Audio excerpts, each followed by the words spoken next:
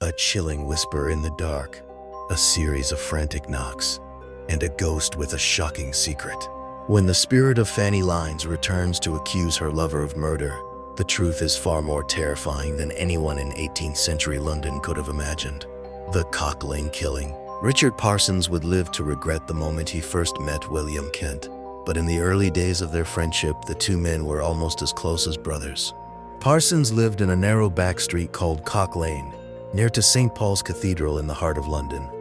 One October day in 1759, he was working as an usher at his local church of St. Sepulchre's.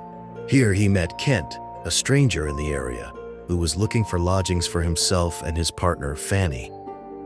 Parsons invited the couple to move in with his family, and Kent seized the opportunity. The two of them got along so well that Kent even lent his new landlord money. He also confessed his greatest secret.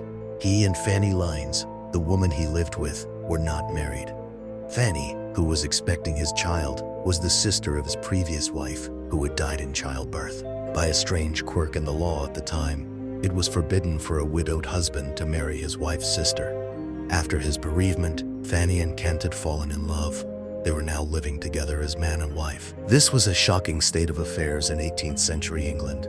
After some weeks at Cock Lane, Kent had to go away on business. During this time, Fanny shared a room with the Parsons' 11-year-old daughter, Elizabeth. It was then that the family began to feel that their house might be haunted. One morning, Fanny came downstairs looking exhausted. "Whatever is the matter?" asked Mrs. Parsons. "Did you not sleep?" Fanny looked pain. "I heard bangings and thumpings all through the night," she said. "I almost came to believe that this house was haunted." Mrs. Parsons laughed. "Why, that will be the shoemaker next door. He has a workshop in the house." "But last night was Sunday night, Mrs. Parsons. Nobody works on Sunday night." An uneasy silence fell between them. Mrs. Parsons had to admit it was rather odd. It was some time after this that the Kents began to fall out with their landlord and his family. Parsons failed to repay Kent the money he had borrowed. Kent in turn began to think this was because he had been foolish enough to tell him that Fanny was not really his wife. Nonetheless, this did not stop Kent from threatening Parsons with a lawsuit if Parsons did not repay him. But the passing was the idea that missing complete preachers, and both sides were far one.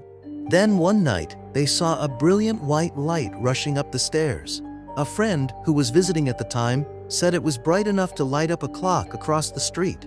But ghostly bangings were nothing compared to the troubles that befell William Kent and Fanny Lynes, who were now living in nearby Clerkenwell. Fanny, who was now heavily pregnant, had fallen ill with a disease that was diagnosed as smallpox. She fought grimly for her life, but died barely a month after leaving Cock Lane. Her body was buried in the vaults of the local church of St. John's. News of the tragedy gradually filtered back to the Parsons. They couldn't help noticing that after Fanny's death, there seemed to be a pause in the noises heard in Cock Lane. But a year later, they came back louder than ever. And this time, they were clearly connected to Elizabeth Parsons, now 13. Bizarrely, the strange banging sounds only seemed to occur in her presence. The parents sought some rational explanation for the noises. They asked the shoemaker next door to let them know when he was working. They even hired a carpenter to take down panels around the wall of Elizabeth's bedroom in case rats or some other hidden cause might be responsible. But nothing was found. Gradually, reluctantly, they came to the conclusion that the noises must be supernatural. Perhaps a local clergyman could help. The man they approached was the Reverend John Moore, a well-respected local figure. He visited the house and quickly became convinced that the knocking noises were made by a ghost. He talked with the ghost as if it were there in the room before him and suggested they have conversation.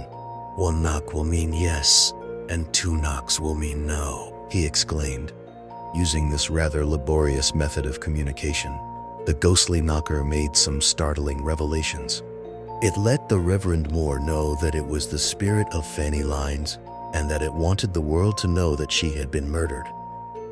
Moore was joined by Parsons, who listened wide-eyed to Fanny Lynes' tragic tale. After a great deal of speculation and guesswork by the two men, they discovered that William Kent had killed Fanny by putting the poison arsenic in a glass of pearl. a medicinal drink that was popular at the time. It was commonly known that arsenic was supposed to be a perfect poison for murders, as its presence in the body was difficult to detect. Moore and Parsons also established that Fanny thought that Kent had killed her so he could get his hands on her savings, and also because he did not want to have to support the baby she was expecting. London in the 18th century was a bustling city of coffee houses and coaching inns, where gossip spread through teeming streets and crowded alleys like wildfire. Before long, the story of the ghost and its accusations of murder appeared in a local newspaper. A copy of the paper was shown to William Kent. Although he was not mentioned by name, he knew at once that the story was about him. Fearing he might be lynched by an angry mob, he went at once to Cock Lane, intending to clear his name. He spoke at length with the Reverend Moore, who suggested he talk directly with the spirit. The fateful encounter took place on January 12, 1762.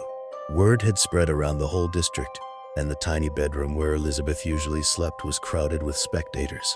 After some delay, knockings were finally heard, indicating that the ghost was now ready to proceed. Moore stepped forward to put his questions to the invisible spirit. "Are you the wife of Mr. Kent?" he asked. Back came 2 knocks for no. But by then, everyone knew that Kent and Fanny Lynes had not been married. "Did you die naturally?" asked Moore. 2 knocks. A buzz of excitement shot around the room, and Moore had to hold up his hand to silence the onlookers. "Were you poisoned?" the clergyman asked. 1 knock followed, meaning yes. "Did any person other than Mr. Kent administer it?" said Moore. 2 knocks. Kent could feel a noose tightening round his neck. As superstitious and ignorant as everyone else in the room, he had no doubt he was talking to a real ghost. Now, the room was in uproar, and he felt at once that he was in very serious trouble, especially when one of the spectators shouted out another question. "Will Mr. Kent be hanged for your murder?" 1 knock followed. Kent could take no more, and flew into a rage. "No, this ghost is a plain liar," he thundered, "or mistakes me for another gentleman.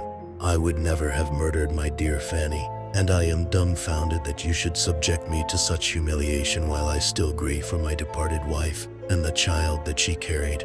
He turned and left.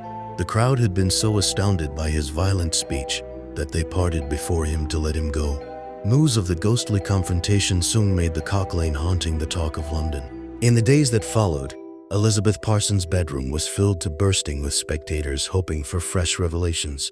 So many people turned up at the house that the road outside was regularly blocked by onlookers. Richard Parsons reasoned that such upheaval was not good for his house and family, so Elizabeth was moved to a larger house nearby.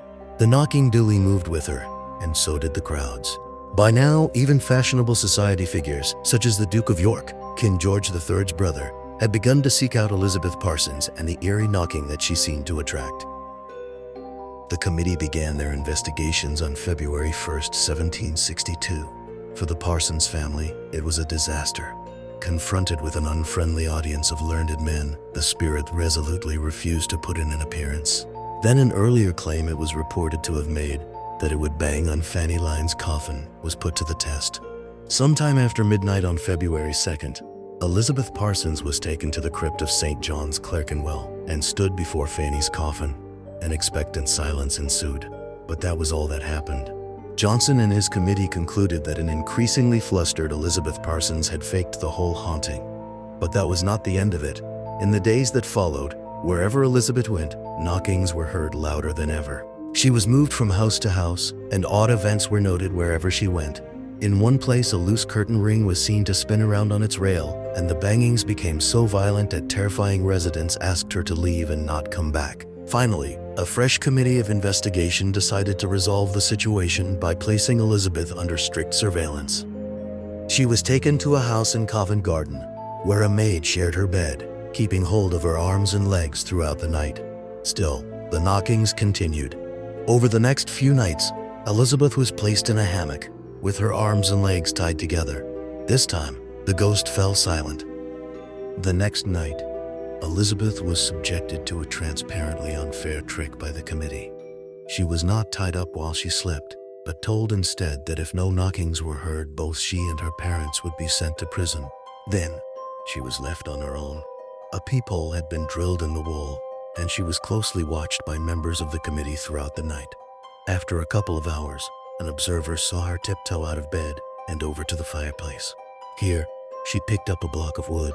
Then she took it back to her bed and was later heard to knock on it. All those present in the house who had heard the previous ghostly knockings agreed that this noise sounded quite different. Nonetheless, Elizabeth's pitiful attempt to keep her family out of prison was taken as conclusive proof that the entire haunting was nothing but a fraud. The authorities decided Elizabeth's parents had been responsible for the whole charade. They were put on trial, found guilty, and sent to prison. As an additional punishment, Richard Parsons was sentenced to stand in the pillory 3 times. This was a wooden post set up to hold a criminal, where passers-by could throw stones or rotten vegetables at him. The Reverend Moore was seen by the court as Parsons' accomplice. He was not sent to jail, but instead was ordered to pay William Kent a large sum of money in compensation. Kent, of course, was delighted. By this time he had remarried and was now a successful stockbroker. But despite the court's findings, many people sympathized with Richard Parsons. When the time came for him to stand in the pillory, he was not pelted with vegetables. Rather, the reverse happened, and onlookers took up a collection for him. After that, the story came to an end. There were no more ghostly knockings. Whatever people may have thought on the streets, rich and influential Londoners accepted the court's judgment without question. The Cock Lane haunting, it was agreed, was one of the greatest shams ever. The story went down in London's folklore, to be repeated endlessly in taverns and storybooks. Afterwards, there was to be an intriguing footnote to the Cock Lane haunting. Almost a century later, an artist named J.W. Archer went to visit the Church of St. John's, where Fanny Lynes was laid to rest. He found the vault in disarray, with coffins and even corpses lying jumbled around the floor. A boy who knew the church well had accompanied him and pointed out a coffin that was said to be that of the infamous Fanny Lynes. Archer knew the story well. Overcome with curiosity, he gingerly prized open the lid. It did indeed contain the body of a woman, but there were no signs of the smallpox she was supposed to have died from. Instead, the features were unusually well preserved, which, as Archer realized, is typical of corpses affected by arsenic poisoning.